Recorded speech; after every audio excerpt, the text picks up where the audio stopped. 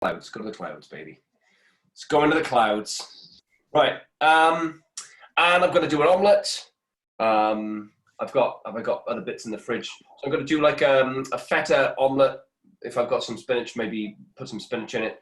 And I'm going to do the pork that I did, which was pork belly, which I'm going to do in, I did it in honey last night, but I've run out of honey, so I'm going to use maple syrup instead. So it's going to be in honey, chili, garlic, black pepper, plenty of salt, and we're going to caramelize it and show you the process of taking a meat that's been cooked one way and finishing it off to another way. Voila. Perfect. Awesome. That's delicious. Yeah. So, without further ado, let us get cooking. That's right. Here is a slab of pork belly. Alrighty. That was a whole pork belly that I cooked. It's got the bones in.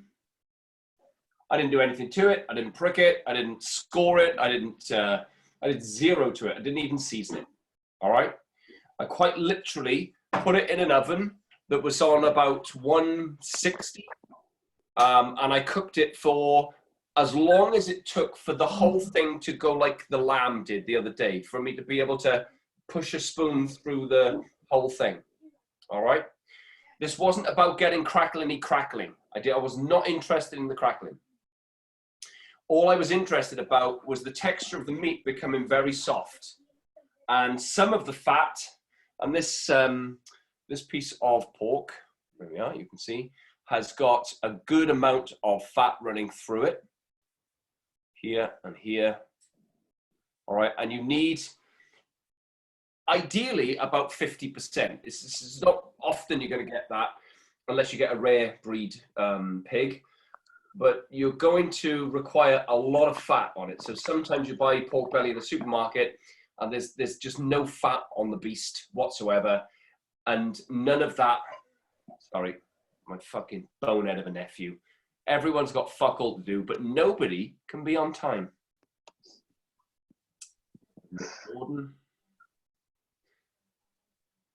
Jordan. Wait for him to get in. Morning, Jordan.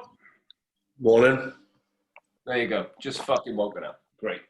All right.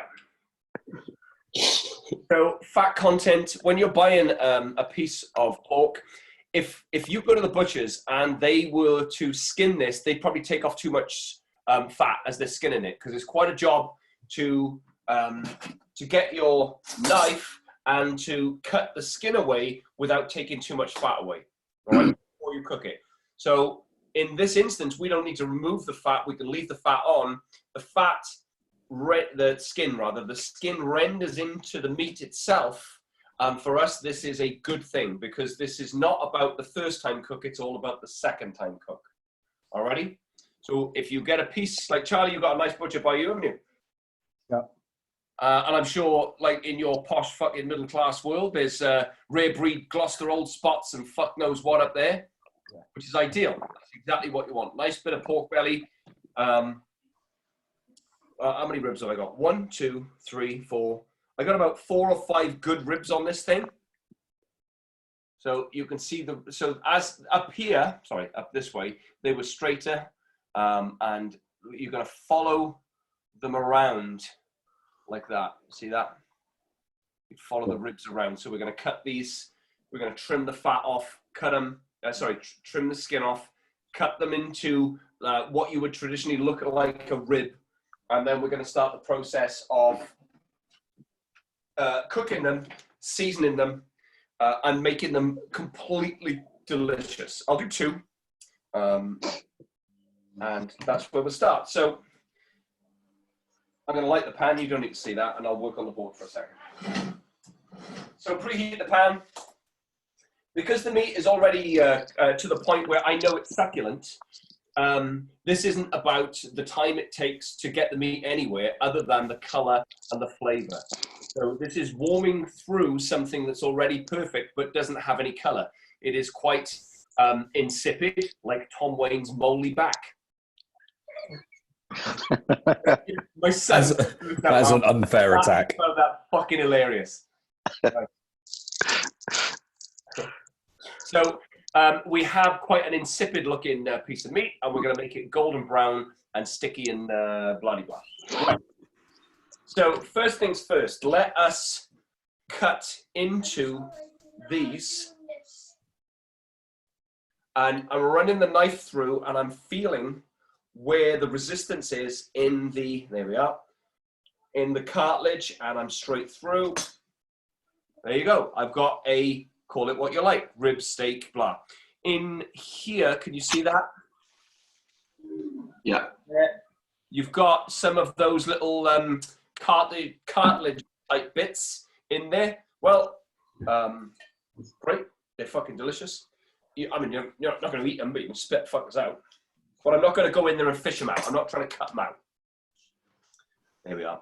Lovely. Good fat. Oh, that fucking fat. Fucking beautiful. Where that fat is, you can see where this meat is going to be very tender. So there's my two cut nicely. My pan is getting hot. I've turned the heat right down because, again, I don't want it too hot. And here's the skin. I could peel it, but if I peel it, it might tear off too much fat. And I don't want to do that. I want to just run my knife in, just gently pull the skin off and leave everything that is fatty on this piece of pork. Look at that. There we are. Just came off quite easily.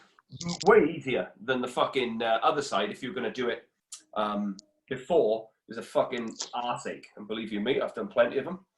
They are not easy to do when the skin is on a raw piece of flesh. Does everybody eat pork? No. Yes. Who said no? Who said no? My. Are you Jewish? No. No. Why don't you eat fucking pork then? Just never been a fan of it. You've never been a fan of pork? Yep. I am weird though. Oi, enough for you, thanks. So, bacon? Sausage? Occasionally, yeah. Wow. Right, for those that don't eat pork, you could use this method for beef ribs. You could use this method for that lamb you cooked, Mike. Yep. All right, so like think of it this way. This is a meat that's been cooked for hours. This has been roasted, and when I put it in the oven for that 4 or 5 hours, however long it was, I filled the bottom of the pan that had a rack in it with water, just about that much, so it was just below the rack, and I just kept topping it up every few hours until the water was evaporating. So it kept a bath of water in the bottom whilst the juices were roasting into that. All right. So here I'm going to try this though. To be honest, that's the reason why I come on to watch this today. Is I am going to try pork. Right. So Was that covered, Justin, or uncovered? say it again. Was that covered in the oven or uncovered? Uncovered, but yeah, the skin did the covering. Thank you. That's why I leave the fucker on. It wasn't for the crackling. Sam, but you can't have it sitting in the water. It's got to be on the rack. Ah, well, that's a different kind. That's braising. That's not roasting. Ah, okay. So I'll do a braising one again, but that's a different entity. That's what you did with the lamb and with the beef shin. Right. Okay. So the beef shin that we braised the other day. Yeah. So that I just put it in water. I just fucking got it to that lovely thing. I could do beef shin like this, but I would have to wrap it in foil because the beef shin isn't fatty like this. It's got a lot of cartilage in it, but it doesn't have the fat, and that would dry out.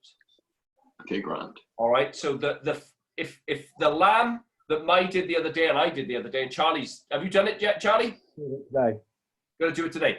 Like that has got a high fat content and it's got skin on it, which is when you're going to roast something for a long period of time and you're going to have a bain-marie, like a bath in the bottom and not submerge the meat, you need the skin and you need the fat. Okay. Have you seen a butcher tie fat onto a piece of beef roasting? No, I haven't actually. No. So if you get like a top side or a silver side, they're very lean, right?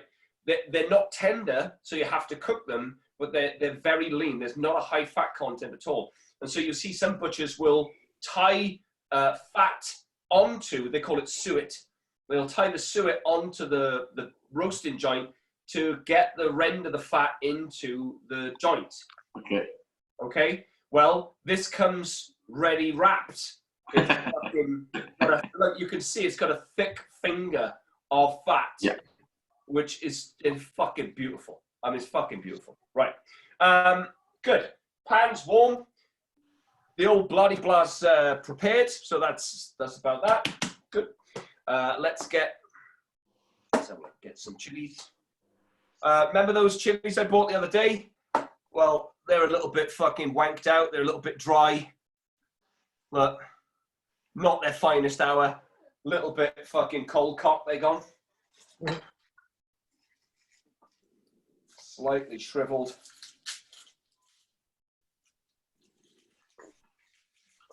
And the garlic. So we're gonna repeat the method of, you know, chopping up garlic and chili quite fine.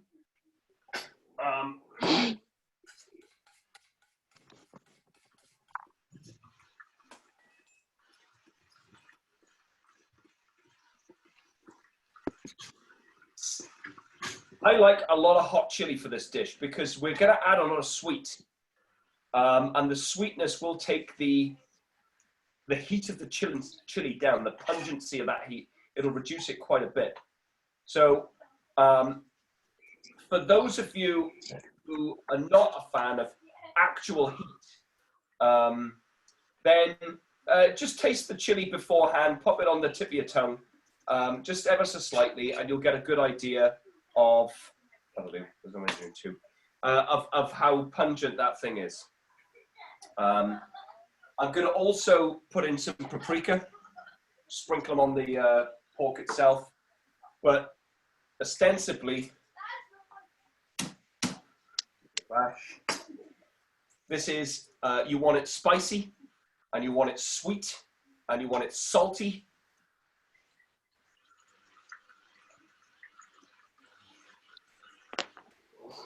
So we're just gonna mash this up a little. It's not a fucking competition, that'll do. As long as they're uniform and small enough to go in a pan, cook through, because this doesn't take too long. I'm gonna cook through a little bit and job done. Good, so that's done, that's ready. We're gonna start to, okay, salt. We're going to start to season this. Now, here's a seasoning bit of information. Right. Do you remember we did the seasoning, how to season on your palate? I don't, anyone not know that? Lizzie, I know you don't, but everyone else is aware that we did the seasoning thing. So if that's my salt, thank you.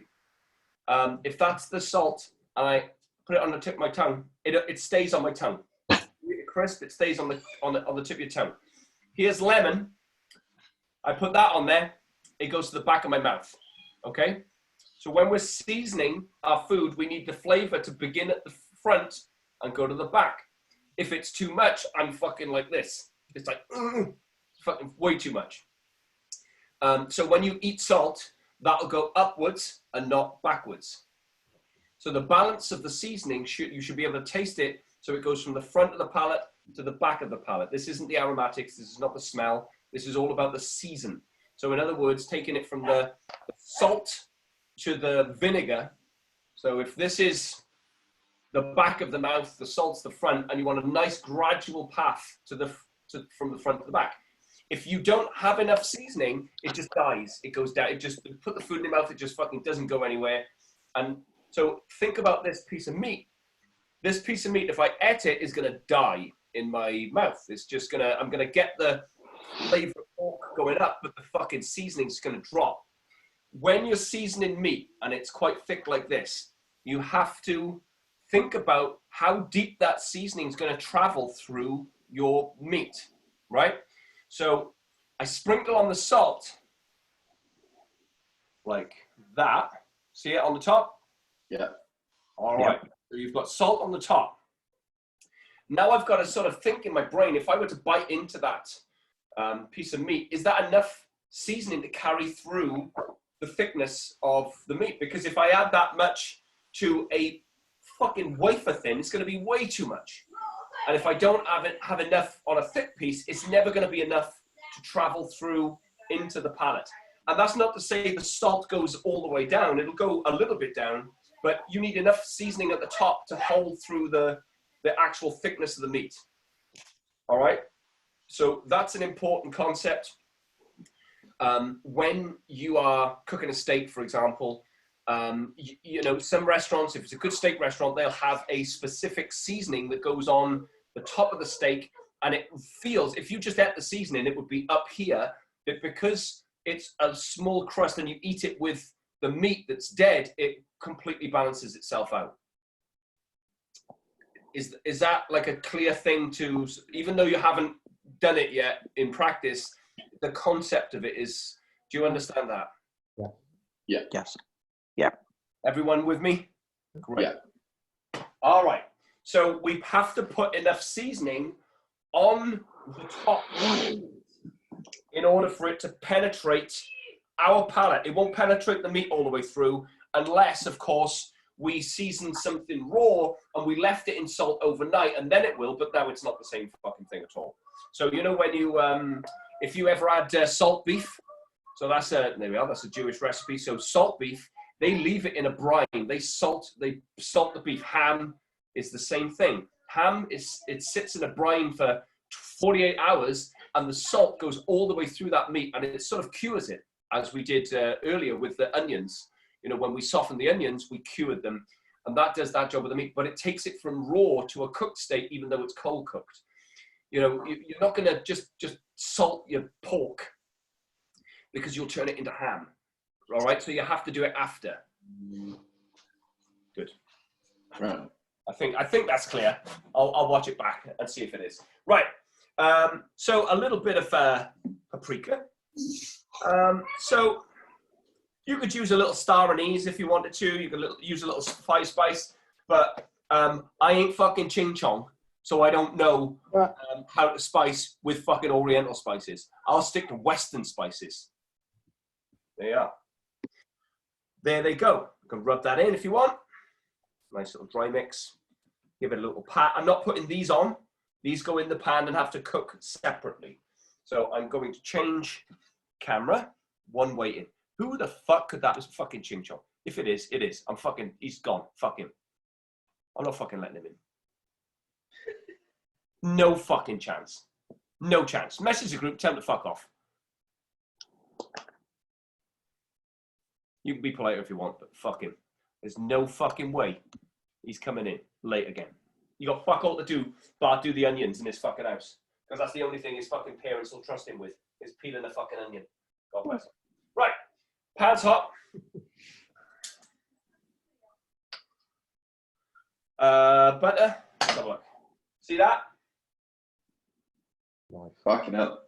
Who said that? Yeah, but That's fucking butter, Bert. That is a slab of butter. And it is going in my pan. Hear the sizzle? yeah. Very controlled sizzle. Nothing too aggressive. Oh. I put the seasoned side down. There, like that. I've just turned the heat up a little bit because I need to hear it continuing to gently sizzle. Good. And I'm putting the mixture of the garlic and the chili along one side. I'll show you in a second. Not over the meat, just down the side. Like this. So then that looks like that.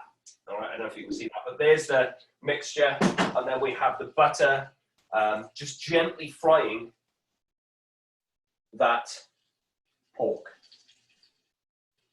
Not aggressively, very, very patiently, because this just has to soften all the way through and gain. Remember, we're adding sugar to it. If we're too aggressive, that sugar's going to go black, and it's going to go beyond caramel into whatever the fuck is beyond caramel, but it's going to taste very nice.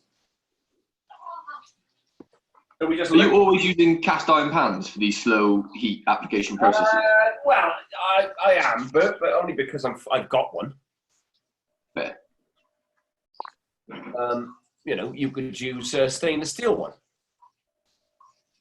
It's not a problem. I want one I can put in the oven, which I don't have. Sorry, I'm trying to fucking make myself back on this camera again. I don't want that, and I don't want that. I want the fucking...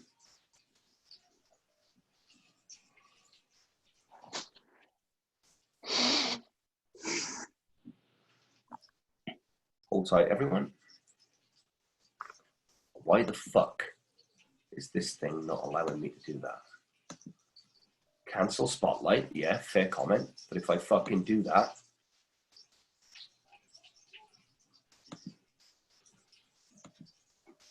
I would like to spotlight my fucking video. Right, it's not allowing me to go back to my fucking computer for some fucking reason. Amazing. So if I cancel that, and no, motherfucker. All right, let me close that window. What can you see now? You. Oh, right, okay, great. Manage participants, go to this one. Yeah, okay. Well, I can see you now, Mike. I presume this is going to be that part where it just fucking does whoever's speaking, but I don't want that. I want it to fucking fix on me here.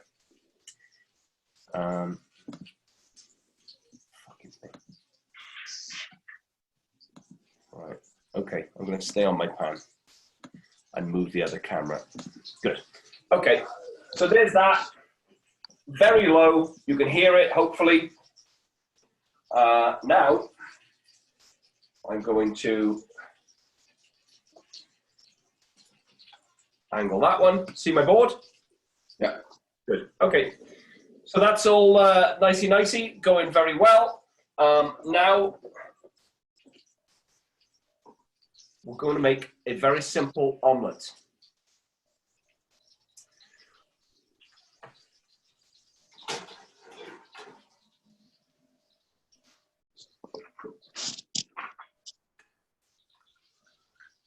Three eggs.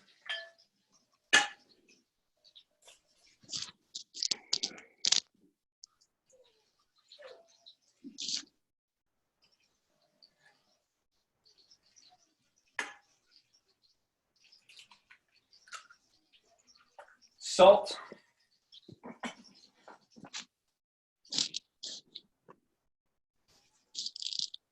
Like so. Justin, question for you. Yeah. Why did you add salt into the egg mixture there? Did I add salt where? Just for the omelette. Why have you put salt in with the eggs? Is it just for flavor again? Yeah, just the season. Depending on what you're doing with an egg, you know, the salt starts to release the. In this instance, it won't do that. So sometimes, sorry, you probably can't hear. Sometimes there's a time to season before, and sometimes there is a time to season after. With an omelette, I add the seasoning in. Okay, so I just pop the seasoning in, whisk it up. So we light the other pan whilst we're at it.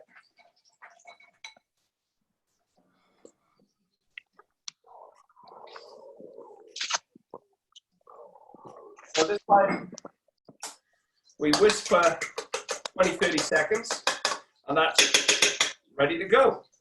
I'm going to wait for my pan, oil it up, and then away to go. All right. Adding shit to it, I might do. I don't have to do. Oh, fuck around with that fucking thing. There we are. Right. Everyone seen? Good.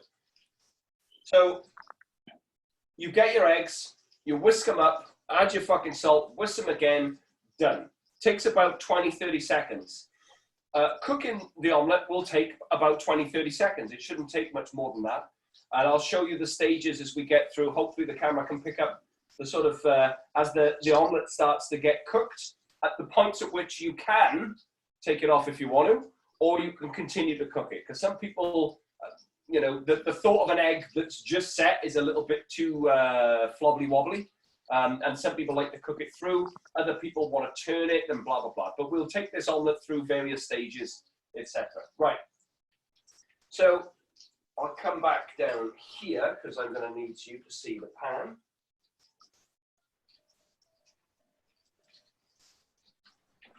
Hold on. There we are. Lovely. Good. So I'm going to swap that one there and pop my little pan on there.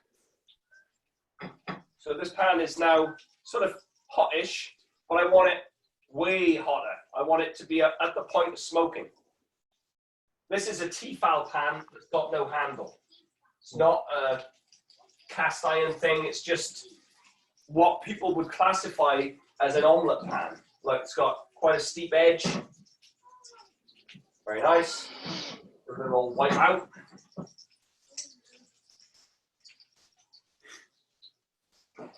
Is the pork off the heat now? Say what? Is the pork off the heat? Say it again, Charlie. Is the pork off the heat? No, no. I just put it on another ring that's just low and slow. Low and slow, baby.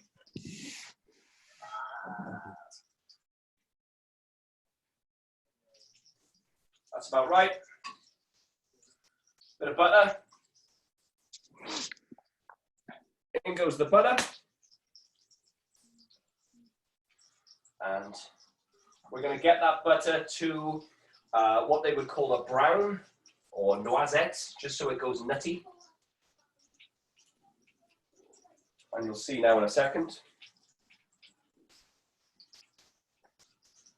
You could use oil, you could use coconut, you could use you know, sunflower oil, olive oil. A very light olive oil, you don't want to go too heavy on the olive oil, but you know, I use half and half sometimes. There you go, I'll do it now. Just add a little dribble of olive oil. That will increase the heats that you can put in before it burns, etc. But this is, we shouldn't be burning this thing at all. It's looking fucking great. So how do we know when it's ready? It'll just slightly start to color, go a little brown. Don't take it too far. It's just starting that right now. Good. There it is. And I get my egg mixture. And in the pan it goes. Right. So can you see it start to bubble? Yeah. Yeah. So I'm going to fold it through. I'm looking to fold my omelette, lap it and turn it. Lap it and then let it run into the bottom. Again, pull it through, run it into the bottom, up until the point that that runs out, which is about now. And now, I'm just going to turn the heat down, because this is the point that I would add some cheese in if I wanted. That I would, or some chives, or blah, blah, blah, blah, blah. I know it's seasoned well. I'm going to add my pepper in now. Like that. If I want to, I can flip it, because it's now just coming to the point where it's its own entity. So it's now all whole, but you can still see, if you can see, it's still running on the top. Okay? Yeah. That, there's fluid running down this omelette. And that's virtually ready up to the point of your personal taste. So if you like an omelette that is just about set, that's just about ready. If you wanted to cook it through a little bit, you can flip it if you want. and just turn it over, and it's that sort of goldeny color. Okay, and then it's off the heat because this doesn't take any much more time than that. And let's get my plate and turn this fucker out like so, and that is just about ready to go. All right, so there it is. 3 eggs cooked in fucking no time at all. Butter or oil, but you could see the process I went through. I lifted it, I let the fluid run out. It's nice and light. I didn't use any milk. Some people use milk in them. I could have added the cheese at the point that I said I could add ingredients now and turned it over and let it rest. Questions? Nope. All right, now, so we have our wonderful pork. I'm adding my maple syrup in, whichever one you like. And this is going to start to caramelize. Oh, look at that. Jesus Christ. Yeah, look at that. The garlic and the chili are going to absorb that sweetness. See where we're going? Oh, yeah. Oh. And it's very soft. Very soft. Oh, God. Very soft. Poor belly. Oh, fuck. Huh? So good. I do it, yeah. Same thing on the other side. We just wait for it to brown. We put the sugar in now, so see if my computer wants to play ball. Motherfucker. All right. Who's got a computer? Yeah. Who's got a computer? Me. You are, Bert? Yeah. Right. I'm going to make you the host. All right. And you're going to flick between whichever camera I want you to. So can you see there's a picture of my wife kissing my cheek? No, I can see you. Oh, yeah. Right, okay, sorry. If you were to go to manage participants, change host. Bert is now the host. Great. Manage the participants, yeah. So see participants. If you can click on the screen that my wife is kissing me on the cheek on, go and just say whatever to the video. What do you do? Spotlight video. Spotlight video. Do that. Click on there. Mm. Great. Nice one, Bert. Chilling. I always begin these things wearing a fucking jumper, and it gets fucking so hot. Yeah. Why I keep my fucking jumper on? Say what? Why do you wear the jumper? That is the question I'm asking myself. I have no idea. All righty. So here's our omelette.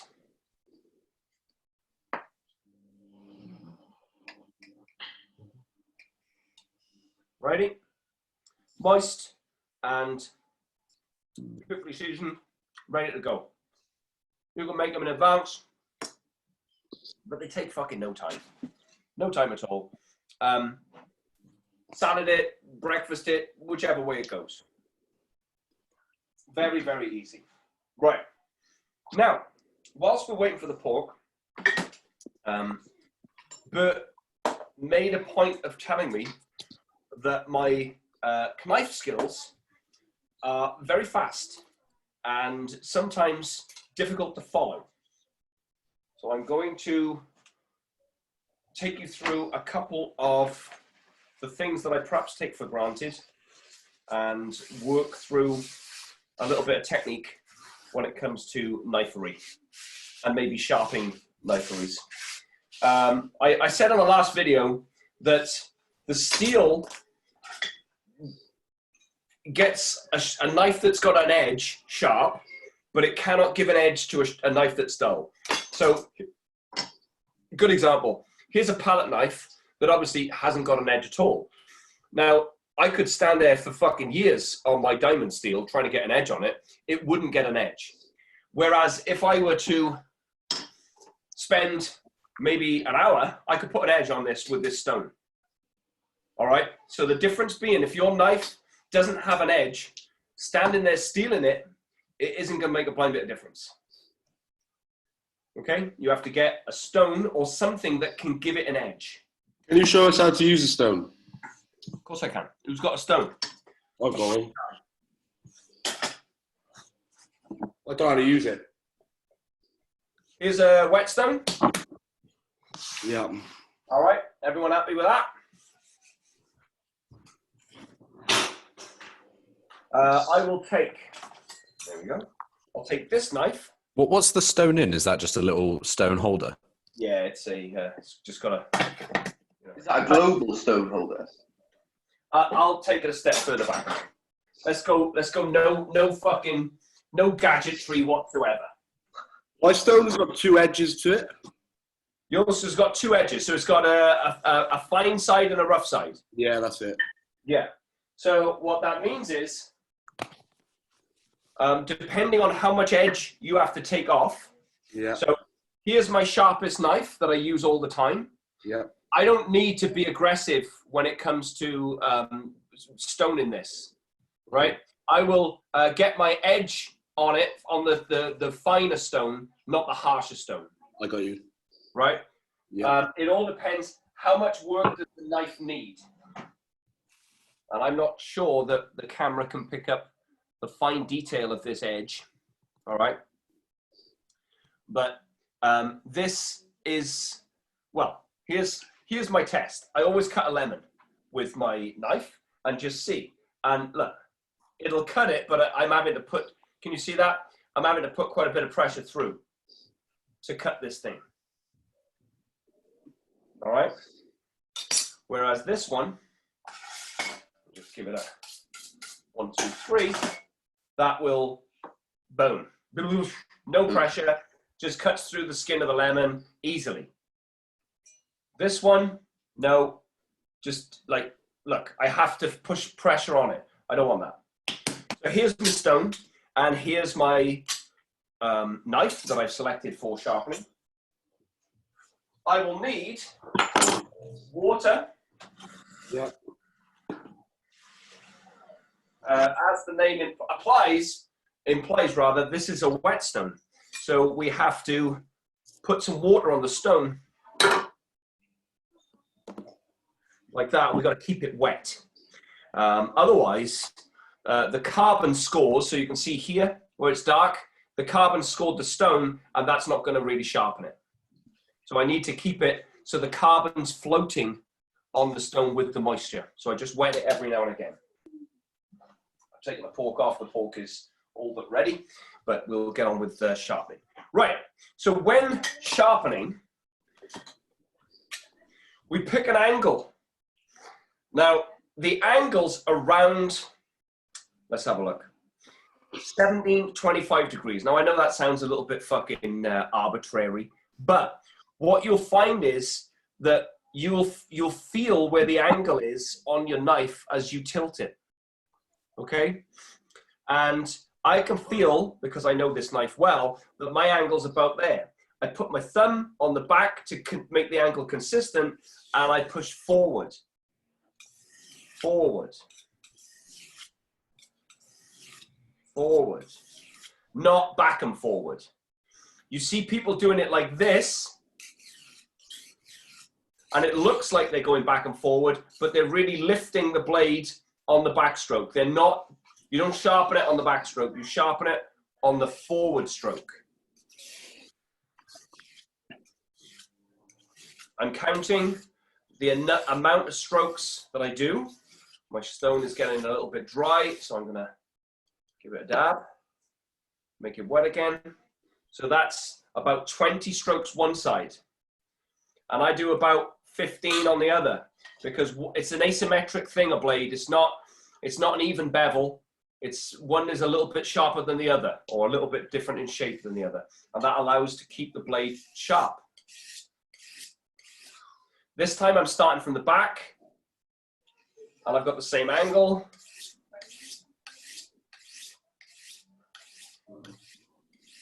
I can feel the blade is sharpening through a experience, but so will you. Just pick a knife, get your stone, spend some time understanding how to take it through this process. Keep the angle as consistent as you can.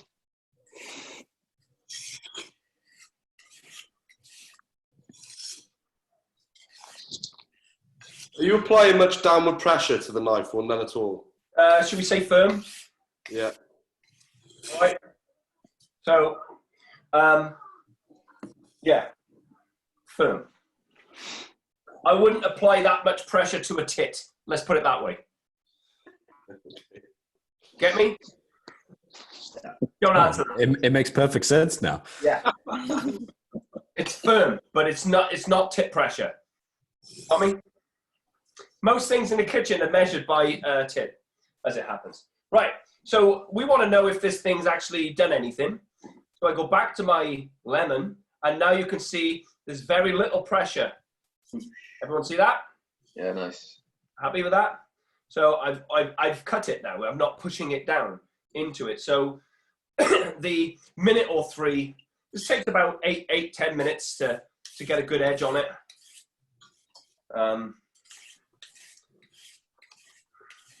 Just be, you know, it's a Sunday morning thing. And once you've got an edge on it, you may not have to revisit the knife for a month. Like your domestic user won't have to do that for quite a while. I mean, my brother don't know how to sharpen a knife, and these are like fucking razors because he barely fucking uses them. God bless him. Which brother? My brother. Your father, Jordan. Right. So now I come into finishing my edge. So it's 1 2 1 1 2 1 1 2 1 1 2 1 1 2 1 bum bum bum bum bum bum bum bum bum. 2 1 2 1. Okay. Yeah. So the side that I was pushing.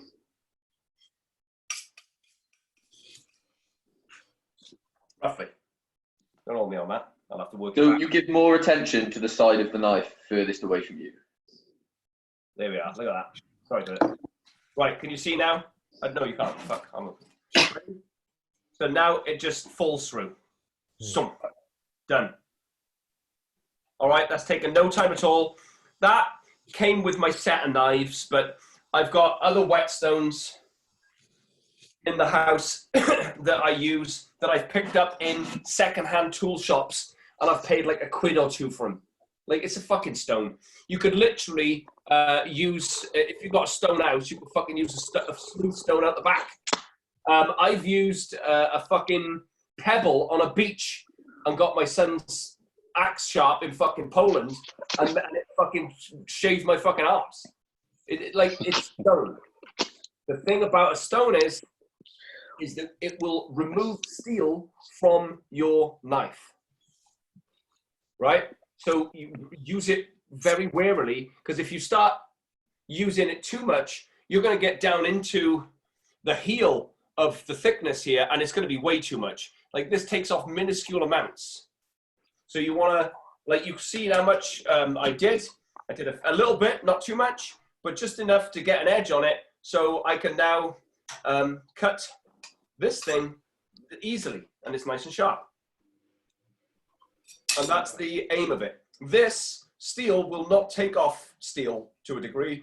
It just reshapes your bevel, because when you are spending time on this one, you have a little bit, the blade's like that, and this just realigns that blade so it's nice and straight and right down it. And you'll be able to see down there, you'll barely be able to see the blade at all, the edge of the blade.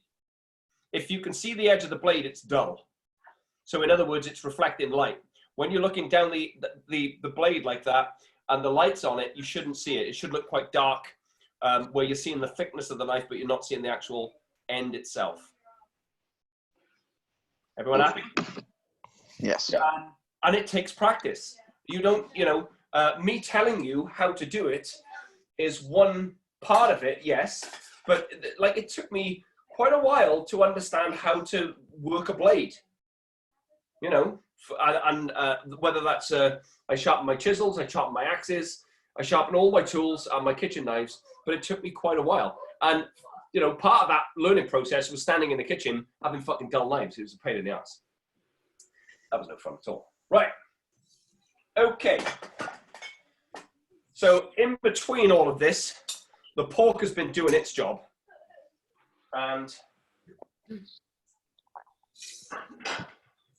we are now going to turn it out on a plate. It is ready to fucking go. It's sticky. It's soft. Hang on. Let me go down here.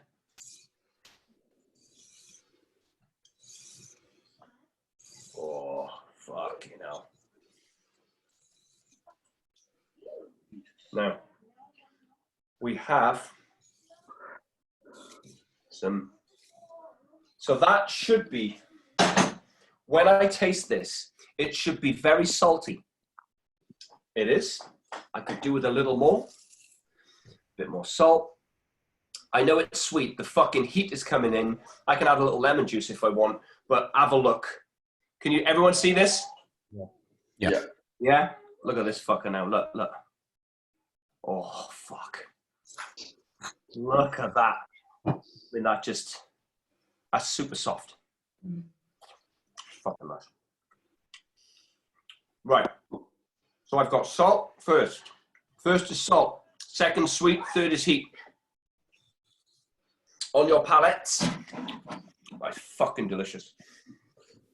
So you get salt first, sweet second, and then you get the heat third.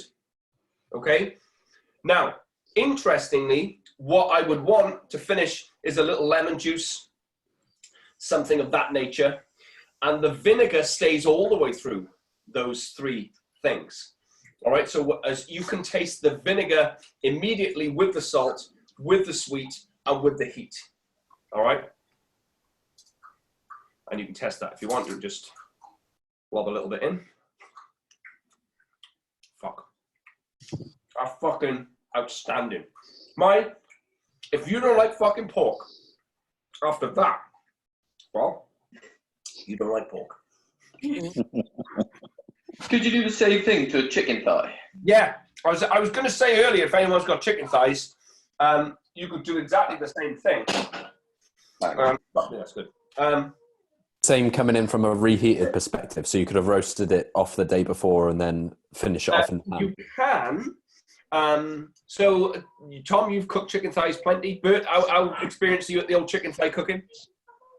I normally bash them out and then oven them for like 15 minutes. So they go on the top, you get a bit of colour on them, and then they go in the fucking oven. Yeah. Great. So think about that. You're going to brown them first, then you'll put them in the oven. And whether you have a chicken thigh that's bone in or bone out, whether it's got the skin on or the skin off, you know, all these things make a difference. This would work best with skin on, bone in chicken thighs. Yeah. And in today's climate, they're the cheapest ones, which is even better.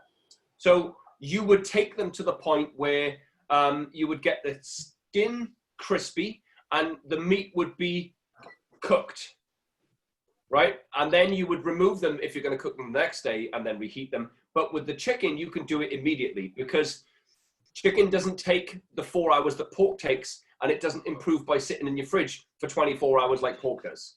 I'm not saying it gets worse, but it doesn't improve. This fucker gets better every day. When I cooked that, maybe Sunday? George, was it? Sunday, yeah. So it's Saturday, and it's still fucking good, right? And it'll, like, so once you've cooked the meat, I cooked it on Sunday, and like we're 6 days later, that fucking meat is still good. And, you know, use your noses, use your instincts. You'll know when the fucking meat's gone. This last, because the fat is there, it just keeps the meat a lot longer than it would do, like, for argument's sake, a piece of chicken that's cooked. Yeah. All right? But go back to the chicken thigh. I would fry them off, get them virtually done, so they're nice and crispy, and then I would have cooked out in a pan the mixture already. See the mixture? Yeah. I'd have that already like that, Bert. So, in other words, butter, fry off your chili and your garlic, and put in your syrup. So once you've softened the chili and the garlic, add the syrup, get it to a little bubble, take it off the heat, and then I pour it over the chicken and finish them off for about 5 or 10 minutes in the oven. All same day. Take less than an hour. Oh, okay, cool. All right? So that's what I do. And I just, if you've got to baste it, but then it just, once they're cooked, of course, and they're nice and the skin is crispy, you add in the sweetness and the hot of the chili and the garlic onto your perfectly cooked chicken thigh rather. So that's taking you 35, 40 minutes. And then you finish them off for the last 10 minutes with your syrup mixture, and then fucking job done. Awesome.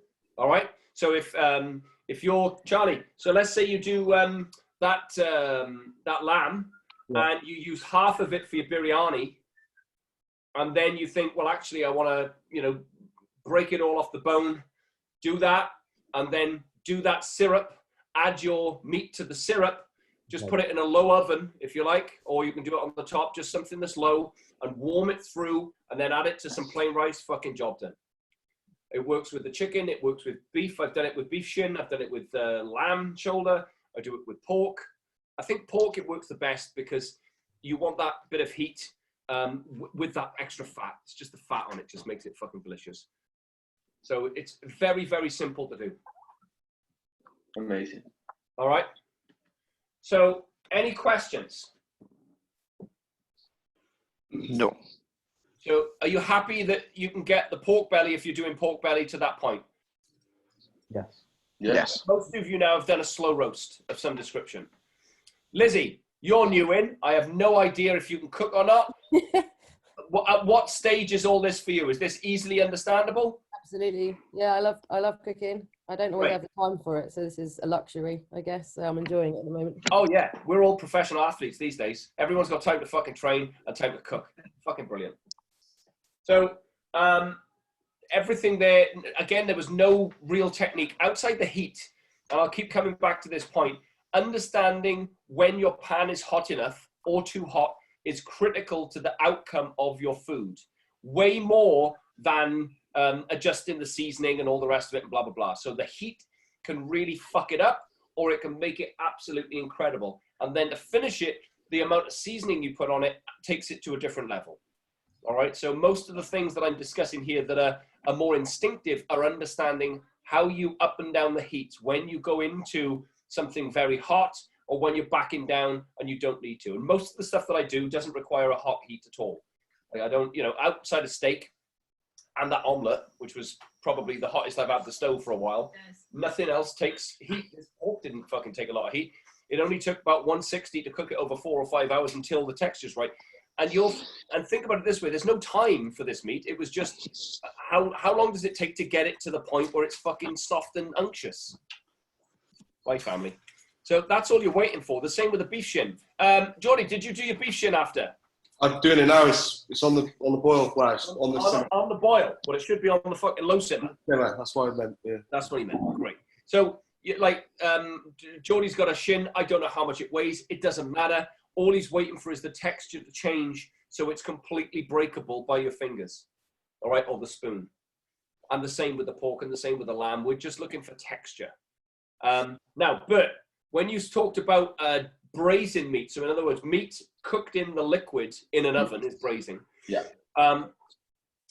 I'll do a pork belly that I'll debone, and I will take the skin off, and I'm going to roll it into what's called in restaurant world a torchon, okay, into a cylinder. Yeah. And that then I will slice like you would slice salami, but much thicker into nice thick steaks, and I'll make you a pork belly like that. And that is technique, I will admit. That's restaurant-y. But my point is that is braising, and then I'm going to cook it after. And there are different techniques to braising it than there would be to this method. So would you still describe what Geordie is doing to the shit as braising? Well, I mean, technically, it's fucking boiled meat. Yeah, okay. You know, he's not even got a stock. It's just in water. Yeah, Right. yeah. It's just boiling meat. But the point is, because we add the seasoning to it, and when he takes it out, hang on, let me show you something.